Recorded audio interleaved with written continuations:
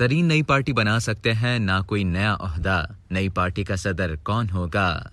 विफाकी वजीर तवानाई खुर्रम दस्तगीर खान ने कहा है कि आइन के मुताबिक इंतखाबात 10 नवंबर से आगे नहीं जाने चाहिए। इंतखाबात की राह में रुकावटें दूर हो रही हैं। इलेक्शन के लिए बजट में भी रकम रखी जा रही है। चारों सूबों में बैक वक्त विफाक के साथ इंतखाबात होंगे।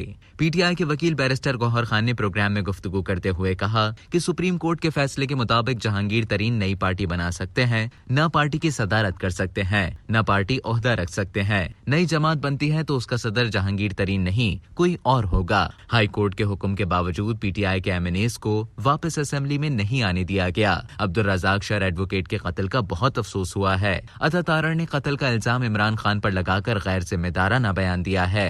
अब्दुल रज़ाक शर एडवोकेट के कत्ल की शफाफ तहकीकात होनी चाहिए। विफाकी वजीर तवानाई खुर्रम दस्तगीर खान ने कहा कि कौमी असेंबली की मुद्दत से एक दिन पहले तहलील कर दी जाए तो इलेक्शन 10 नवंबर तक जा सकते हैं। आइन के मुताबिक इंतखाबात 10 नवंबर से आगे नहीं जाने चाहिए। चारों सूबों में बैक वक्त विफाक के साथ इंतखाबात होंगे। 10 नवंबर या उससे पहले आम इंतखाबात हो जाएंगे। विफाकी बजट 9 जून को जुम्मे के रोज पेश होगा।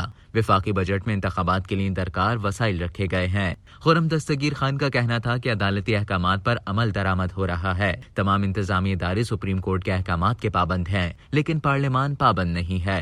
पार्लियामेंट को खेल के मैदान की तरह नहीं चलाया जा सकता।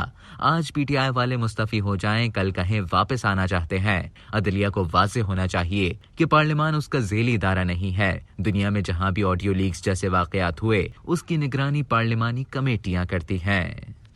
अब तक के लिए इतना ही। मजीद खबरों और न्यूज़ अपडेट्स के लिए डेली जंग के यूट्यूब चैनल को सब्सक्राइब करें और फेसबुक के पेज को लाइक करना ना भूलें।